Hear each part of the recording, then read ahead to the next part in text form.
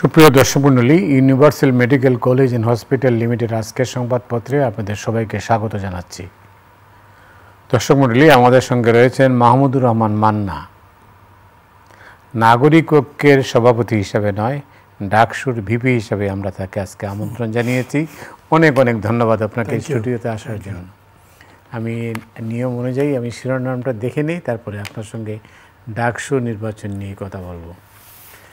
বাংলাদেশ প্রতিদিনের শিরোনাম আছে বাস্তবায়নের পথ পাচ্ছে না কমিশন, জমে উঠেছে ডাকসু নির্বাচন, পাল্টাপাল্টি অভিযোগ শুরু।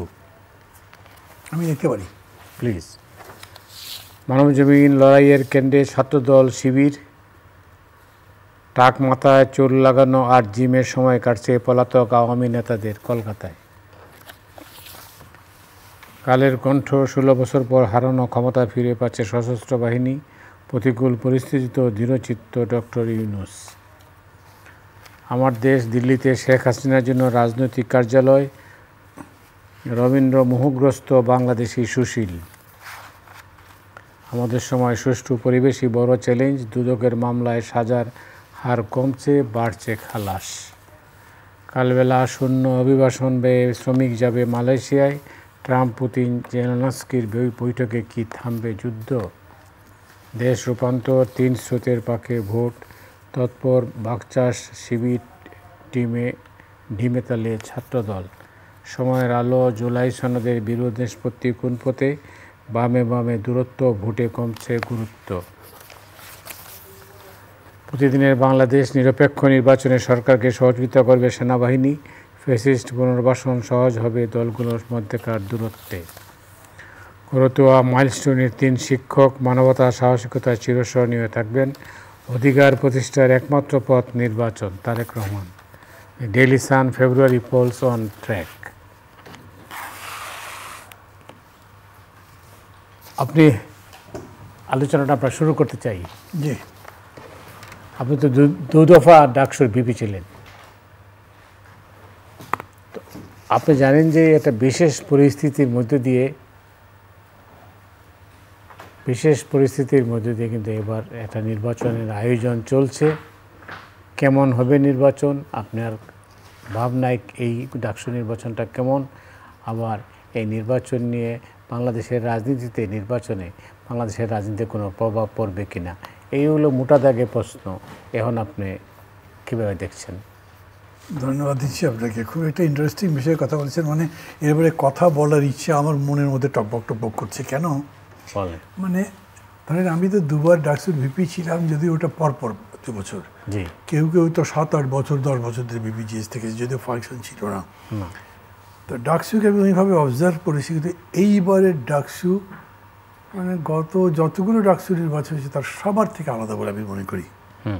প্রত্যেকটা ডাকসুর ইতিহাস আলাদা করে তো বলতে পারবো না, কিন্তু এবার এরকম একটা পরিস্থিতি হয়েছে যে 15 বছর ধরে একটা ফ্যাসিজম ছিল, তারপর একটা রক্তের নদী সাঁতরে এই শিক্ষার্থীদের নেতৃত্বে গণ অভ্যুত্থানে তার পতন হয়েছে।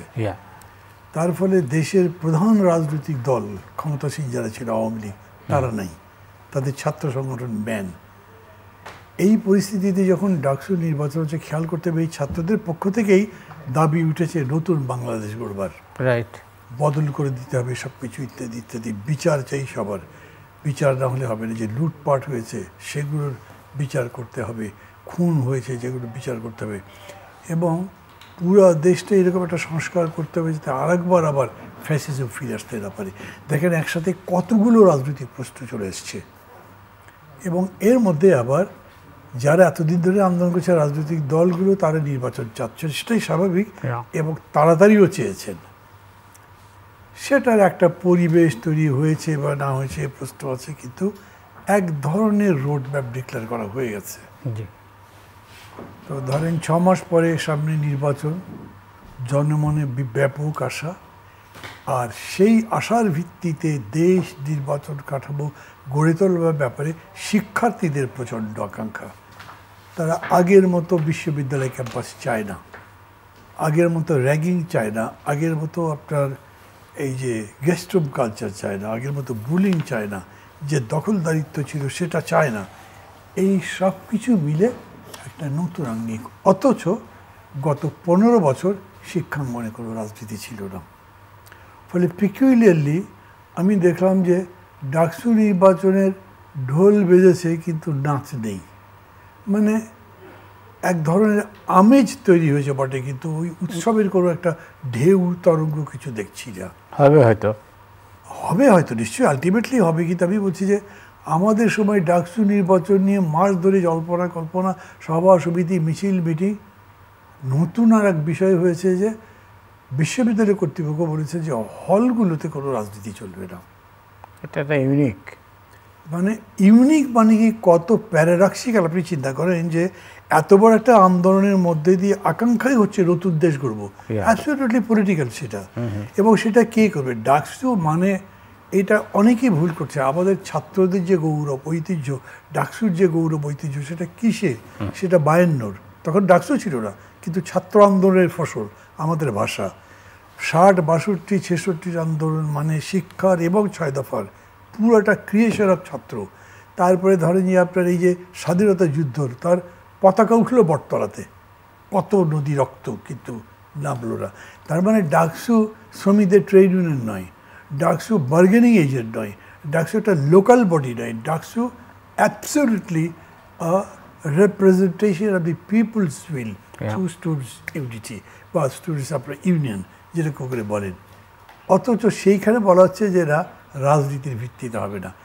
ডাকসু মানে ইউনিভার্সিটি সেন্ট্রাল স্টুডেন্টস ইউনিয়নের বেজ হলো হল। মূলত ইউনিভার্সিটি যে মিছিল হয়, আন্দোলন, সেগুলো তো মিছিল তো ছাত্ররাই। এর পেছনে যুক্তিটা কি? মানে যুক্তির চাইতে আমি আপনাকে হয়তো একটু সময় লাগবে, তাহলে এটা কিভাবে হলো আমি সেটা হয়তো আপনাকে বলতে পারবো, কিন্তু যুক্তি বলে কিছু থাকতে পারে না এটার। আচ্ছা, কোনো ক্রমেই থাকতে পারে। আজকে ধরেন যে নির্বাচন হবে যেই হোক, আমি জানি না বাইরের ছাত্র নেতারা এখানে যাবেন কিনা, আগের নেতারা যাবেন কিনা। যেমন আমার খুব ইচ্ছা আমি রাষ্ট্র নির্বাচনে ভোটে ক্যাম্পেইন করতে যাব, বক্তৃতা করতে যাব। আমি একটা প্যানেল দিয়ে দেবো, কালকে জমা দেবো, কিন্তু আমি মানে আমার দলের পক্ষ থেকে ছাত্ররা দেবে, কিন্তু আমি ওইখানে যেতে পারবো কি না। আগে কোনো রেস্ট্রিকশন ছিল না, বড় বড় নেতারা যেতেও না, কিন্তু আমি ডাকসুতে ছিলাম, আমি তো যেতে পারি। তা আমি যদি যাই তা আমি তাদেরকে কী বলবো? ডাকসু এই ছিল, আমি ডাকসুকে কেমন দেখতে চাই। ছাত্রদের জিজ্ঞেস করো, তোমরা ডাকসুকে কী দেখতে চাও? তোমরা কি লাইব্রেরিতে বই দেওয়া হলো কিনা, ডাইনিং হলে খাবার ঠিক মতো দেওয়া হলো কিনা, এই আন্দোলন করবে? নাকি তোমরা তোমাদের শিক্ষার মান বাড়াতে বলবে, চাকরির নিশ্চয়তা চাইবে, বেকারত্ব দূর চাইবে, যে আকাঙ্ক্ষা নিয়ে এত বড় অভ্যুত্থান 24-এর সেটার বাস্তবায়ন দেখতে চাইবে, একটা সফল নির্বাচন দেখতে চাইবে? পুরা বক্তব্য পলিটিক্যাল। আমি মনে করি ডাকসু নির্বাচনের ক্যাম্পেইনের বেসটা কিন্তু রাজনীতি। যে আকাঙ্ক্ষাটা তৈরি হয়েছে এই 1 বছর ধরে, বা ধরেন ওই এত বড় অভ্যুত্থানের মধ্যে দিয়ে, সেই আকাঙ্ক্ষার কথাটা সম্পূর্ণ রাজনৈতিক। আর যেভাবেই বলেন মতি ভাই, শেষ পর্যন্ত মানুষের আকাঙ্ক্ষার প্রকাশ বা বাস্তবায়ন তো রাজনীতির মধ্যেই হয়। রাজনীতি সমাজের পরিচালক, আর যাই বলেন ওগুলো সবই রাজনীতি তাদেরকে পরিচালিত করে। মানে ইউনিভার্সিটি টিচার একটা স্কলারশিপ পাবে কিনা, that's a political decision. Shakib Al Hasan খেলতে পারবেন কিনা, সেটাও আলটিমেটলি একটা পলিটিক্যাল ডিসিশন। মমতাজের মতো শিল্পী গাইতে পারবেন কিনা, সেটাও রেজাল্ট অফ পলিটিক্স। এগুলো আমাদের তো অস্বীকার করলে চলবে না, এটা আমরা সব দেখছি এখনও, মানে চোখের সামনে সব দেখছি। এইখানেও এই বিষয়টা আসবে। তবু ভোটের ব্যাপারেই বলা হচ্ছে, যেমন কেউই সংগঠনের নামে প্যানেল দিতে পারছে না, তাদের অন্য কোনো নামে দিতে হবে। কারণ এটা অধ্যাদেশের মতো করেছে বিশ্ববিদ্যালয় কর্তৃপক্ষ। ডাকসু কালকে যে প্যানেল দেবে সেটা ছাত্র দলের নামে দেবে না, বা ছাত্র ইউনিয়নের নামে বা বামফ্রন্টের নামে দেবে না, তারা অন্য কোনো নাম নিয়ে দেবে।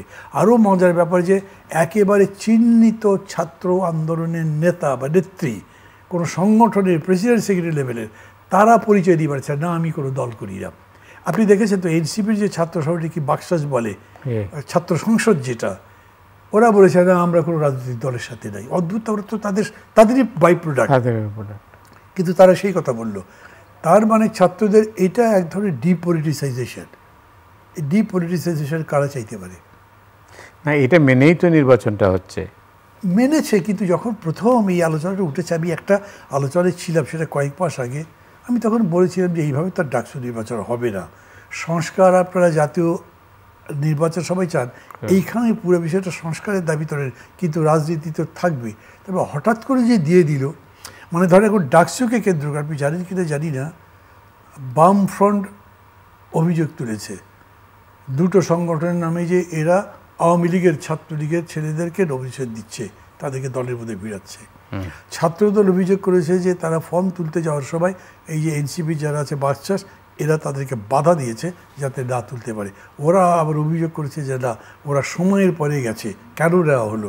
তারপরে জটিলতা তো হচ্ছে। এই জটিলতা যদি কোনো কারণে ডাকসু নির্বাচনে একটা পরিস্থিতি তৈরি করে, নিশ্চিতভাবে সেটা জাতীয় নির্বাচনের পরে আসর ফেলবে। মানে এখন আমার বলা এটা সাজে না, কিন্তু আমার কাছে এটা মনে হয়েছিল যে জাতীয় নির্বাচন হওয়ার পরে হলেও তো হয়, মনে মনে কাউকে বলি যাই, এখনও বলছি না, কারণ এ তো গড়াচ্ছে নির্বাচন। কিন্তু এই গড়ানোর মধ্যেও এই সমস্ত আনসার্ড কোয়েশ্চেন অথবা তৈরি হওয়া প্রশ্নের কোনো জবাব দেওয়ার চেষ্টাও করা হচ্ছে না, এটাকে এইরকম করে ঠেলে দেওয়া হচ্ছে। কিন্তু হলে যেমন ধরেন ছাত্রদল যখন গিয়ে কমিটি করলো, তারা প্যানেল দেবে, যে কিসের ভিত্তিতে দেবে, তার সংগঠন তো লাগবে। তারা বলেছে না, এটা মানিয়ে, সেই নিয়ে বিক্ষোভ যাতে হলো পত্রিকা তাকে দিয়েছে।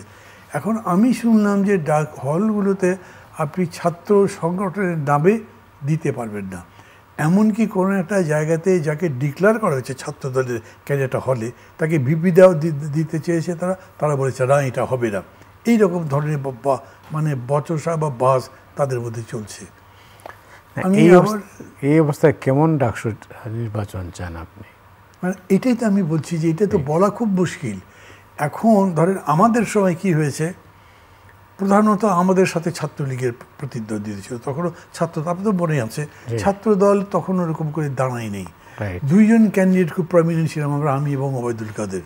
একটা ধারণা হচ্ছিল ইনি জিতবেন বা ইনি জিতবেন, ইনি এত ভোট পেতে পারেন, উনি এত ভোট পেতে পারে, এই হলে ওরা জিততে পারে, এই হলে এরা জিততে পারে, এগুলো একটা পিকচার ছিল।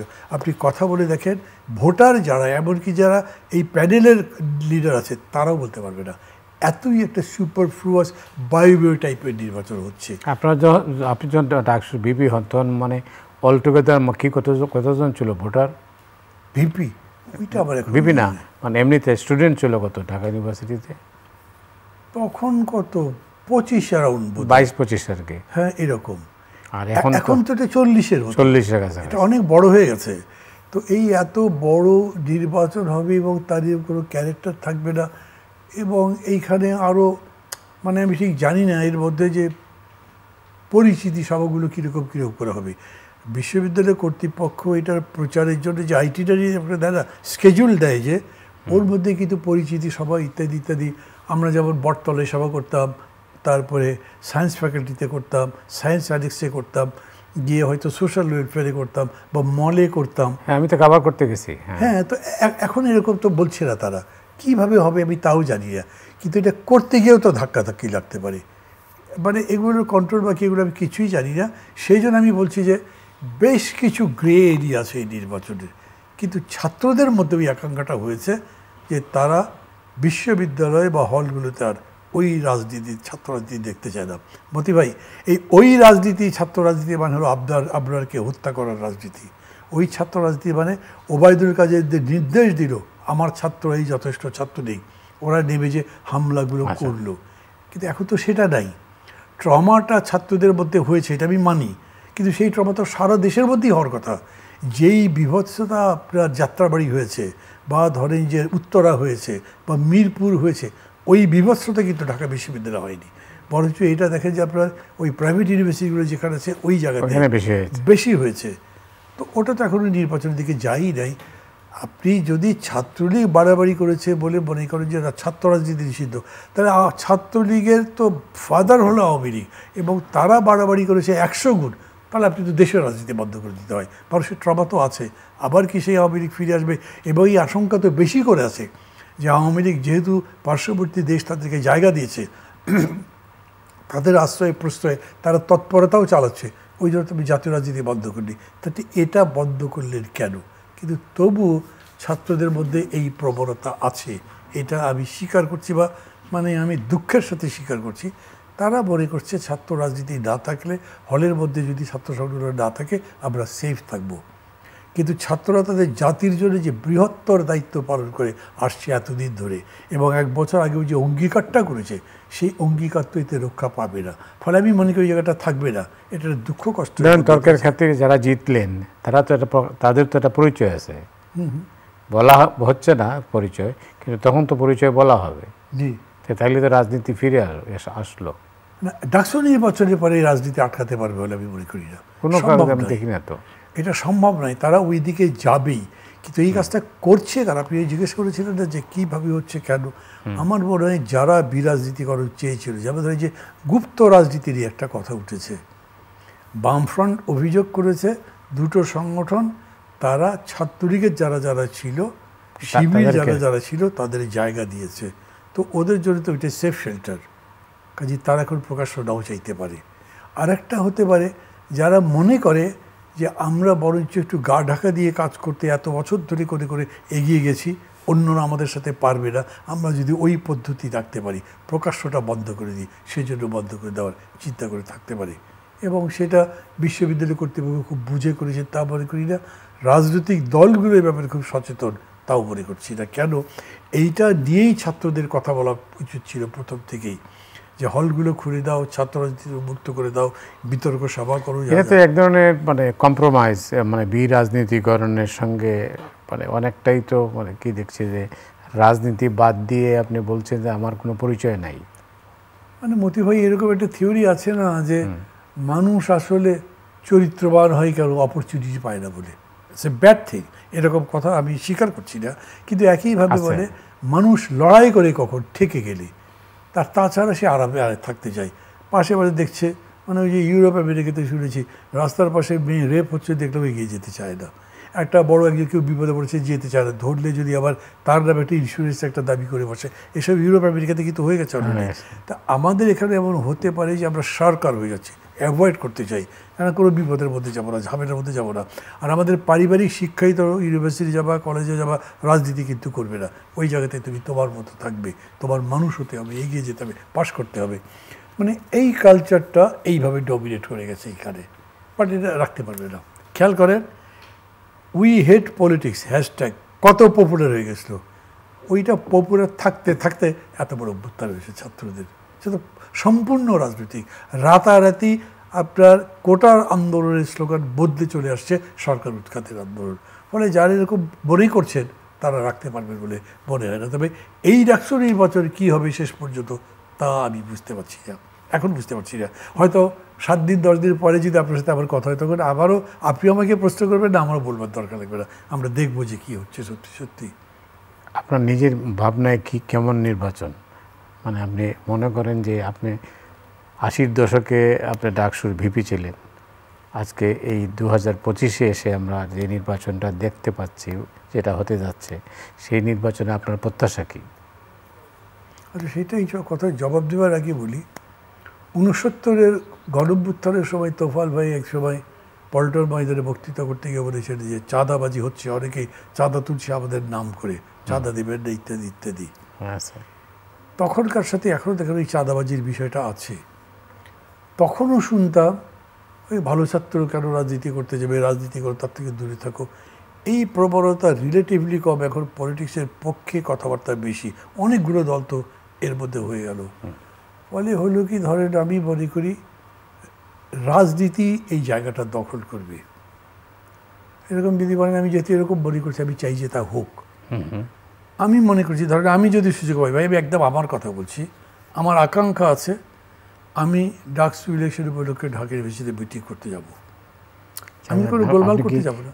আপনি কি পাবেন সেই অনুমতি? না পাবো কেন, কোনো নিষেধ তো নেই, নিষেধাজ্ঞা নেই। মানে এখন যদি আমি যাব বলে নিষেধাজ্ঞা দেয়, যেটা আবার গত 15 বছর হয়েছে যে কোনো জেলাতে আবার হেডকোয়ার্টারে মিটিং করতে দেয় পুলিশ গভর্নমেন্টের নির্দেশে। আর আপনি যেমন তো টকশো তো আবার বন্ধ হয়ে গেছিলো। তো এইটা এখনও করবে, আমি এরকম মনে করছি না। যদি যাই আমি উস্কাবো না, কিন্তু আমি এই কথা তো তাদেরকে বলবই যে রক্তের যদি পার হয়ে আসছে, সেই রক্তের ঋণ শোধ করবার জন্যে আজকে তো আপনাকে অঙ্গীকার করতে হবে। নাহলে আপনি ভোট চাইছেন কেন ছাত্রদের কাছে? আমি বলতেই পারি, কে আমাকে বলবে না আপনি কেন উস্কাচ্ছেন, তা তো বলতে পারবে না। আমি যদি বলি যে এতগুলো মানুষ মারা গেছে, সেই মানুষদের স্মরণ করে শ্রদ্ধা জানাবার জন্য কিছু বলবেন না আপনি? আপনি এই যে জীবন দিয়েছেন, আপনি এখন একটা শান্তিপূর্ণ জীবন চান না, আপনি আপনার কী বলে চাকরির নিশ্চয়তা চান না, এটা তো বলবো। তো এটা থাকতেই হবে আপনাকে। আমি মনে করি এই কথা আসবে।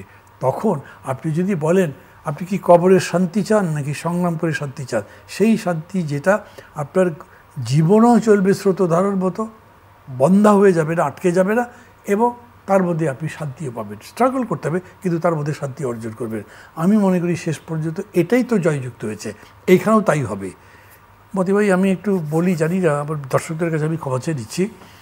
আমি ধরেন আমার ছাত্র রাজনীতির জীবনে ডাকসুতে যখন ইলেকশন করেছি, পরে বাইরে ইউনিভার্সিটি কলেজগুলোতে পরিচিতি সভা করতে গেছি, আমি বক্তৃতা করেছি, কোনোদিন এরকম ক্রিটিসিজমের মধ্যে পড়ে যে ভুল হয়েছে। বরঞ্চ আমাকে এরকম অনেকে বলেছে আপনার কথা শুনে আমাদের ভোট দেওয়ার চিন্তা ছিল, একদিকে আমরা বদলে ফেলেছি, সিদ্ধান্ত বদলে ফেলেছি।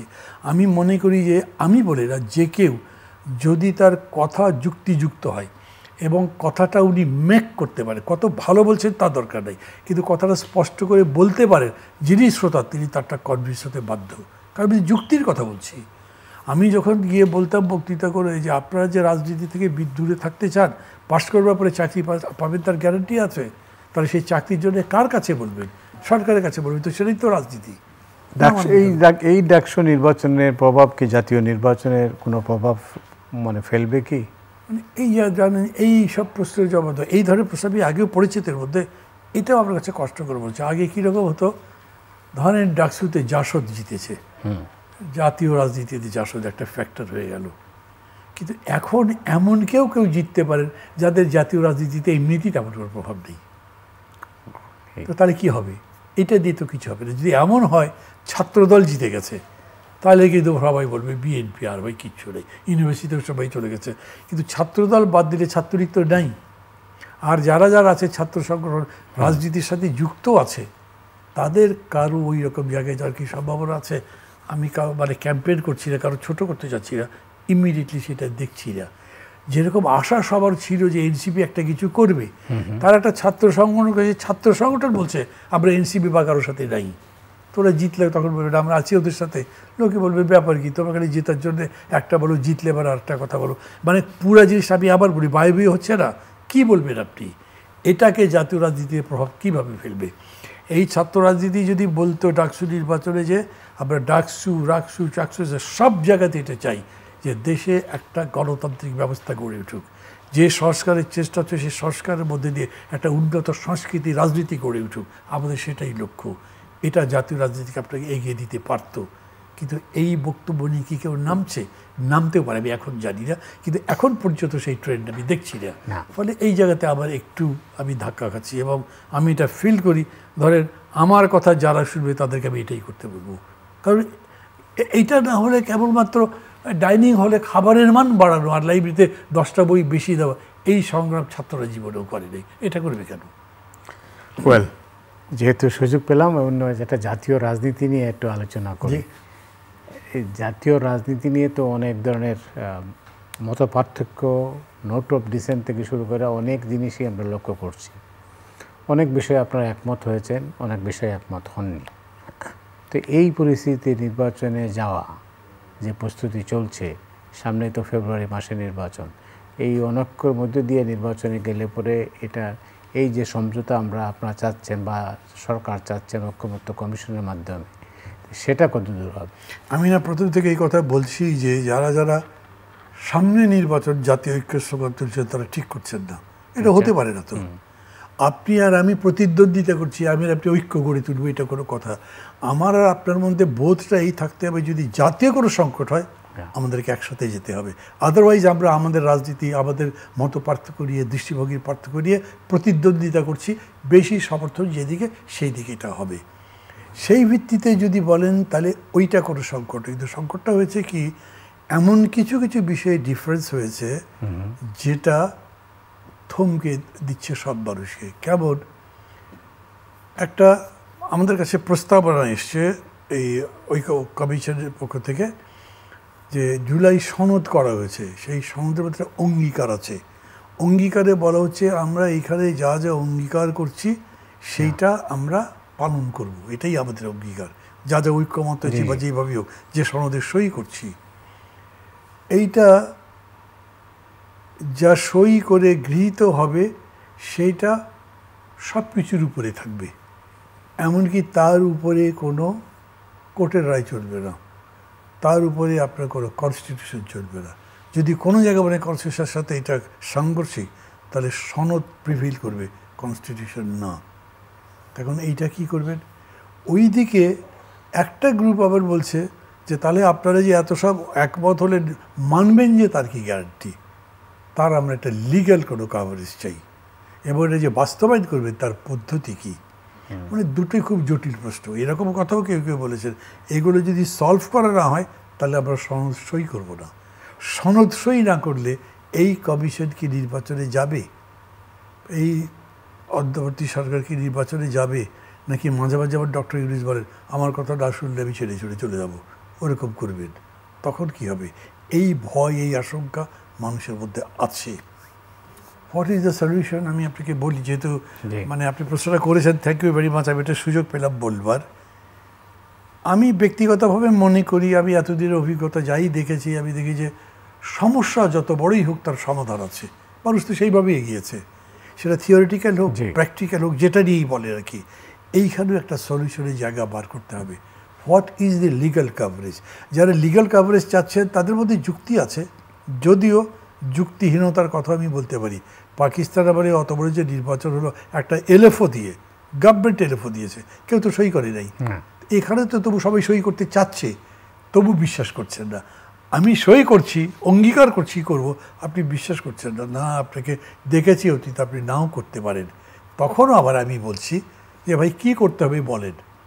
কারণ আমি মনে করছি যে আমি যদি এখন আপনাকে অ্যাগ্রি করিয়ে সই টই করে নির্বাচন করতে পারি, নির্বাচনে তো আমি জিতবো। তখন তো পার্লামেন্ট সভরেন, পার্লামেন্ট আমি মেজরিটি হব, তখন আমার কথা শুনবেন না কেন? আমি ডমিনেট করতে পারবো, এটাও একটা কারণ হতে পারে। সবাই খুবই পূত পবিত্র চিন্তার ভিত্তিতে করছে এরকম আমি বলছি না।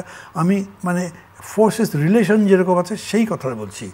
তো সেই আলোকে একটা হতে পারে, যেমন আমাদের সাথে জাতীয়তাবাদী দল কথা বলেছে আজকে আমার কিন্তু 12টা বেজে গেছে, এখন গতকালকে বলা উচিত আর কি।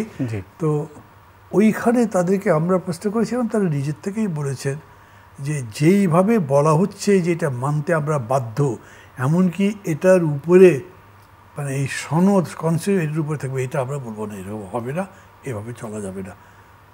বরঞ্চ ইয়ে করতে পারে, প্রধান উপদেষ্টা আইনের আশ্রয় দিতে পারে, কোর্টকে জিজ্ঞেস করতে পারে। আলটিমেটলি ক্রাইসিস যখন তখন তো তারাই করে। এখন এটা হয় কনস্টিটিউশন 106 দিয়ে। এখনকার এই ক্রাইসিস যদি প্রধান উপদেষ্টা চান তাহলে প্রেসিডেন্টকে কোর্টে পাঠাতে পারেন, কোর্টকে সেটা এগ্রি করবে বা কোর্টকে সেটা ট্রিট করবে। এখানে একটাই আছে এক্সিজেন্সি, মানে বিশেষ পরিস্থিতিতে এটা নেওয়ার একটা প্রভিশন থাকতে পারে।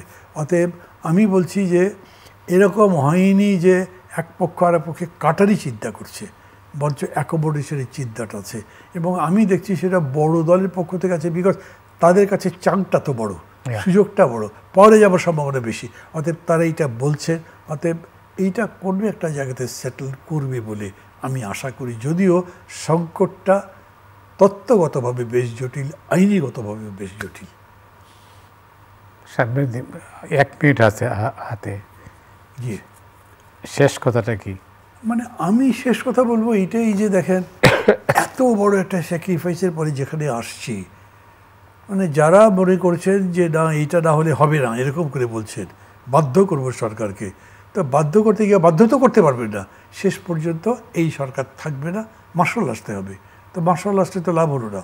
অর্থাৎ সবাইকে বলবো কেউ কাউকে হারার চিন্তা করবেন না, বরঞ্চ উভয়ই জিততে পারি এরকম একটা জায়গায় যাতে আমরা আসি। সিনসিয়ারলি ওই জায়গায় আসেন, এইটা বার করা যাবে। মতিভাই জাস্ট 1 মিনিট লাগবে না, তার আগে আমি বলি এই যে অন্তর্বর্তী কী বলে কেয়ারটেকার সরকার তো ধারণাই ছিল না, আমরাই বার করলাম। এবং কেমনি হবে একটা সরকার, কেমনি আসবে, আছে তো এরশাদ সাহেব, তখন এই যে শাহাবুদ্দিন সাহেবকে আনবার, সেটার একটা কনস্টিটিউশনাল পদ্ধতি বেরোলো। যদিও প্রাথমিকভাবে সেটা unconstitutional, but ultimately constitution cover করেছে, আইনি কাভারেজ হয়েছে। এই জায়গাতেও কাভারেজ হওয়া সম্ভব এবং বাস্তবায়ন সম্ভব আমি মনে করি। চাইলে সম্ভব নেই, চাইলে সম্ভব, সেটাই তো বলছি, চাইতে হবে। এখন সেখানে হার বার তো আপনি ভোট করবেন, সবাই তো আর জিতবে না, কেউ জিতবে কেউ হারবে, কিন্তু যে জিতবে he will not take all, এটা হতে হবে, সেটা করতে হবে, আমাদের কালচারে তাই আসতে হবে। গণতন্ত্র জয়ী হোক। জি মাহমুদুর রহমান মান্না, আপনাকে অনেক অনেক ধন্যবাদ। আবারও দেখা হবে আপনার সঙ্গে। নিশ্চয়ই। দর্শক মণ্ডলী আজ এ পর্যন্তই। আপনারা সবাই ভালো থাকুন। শুভরাত্রি।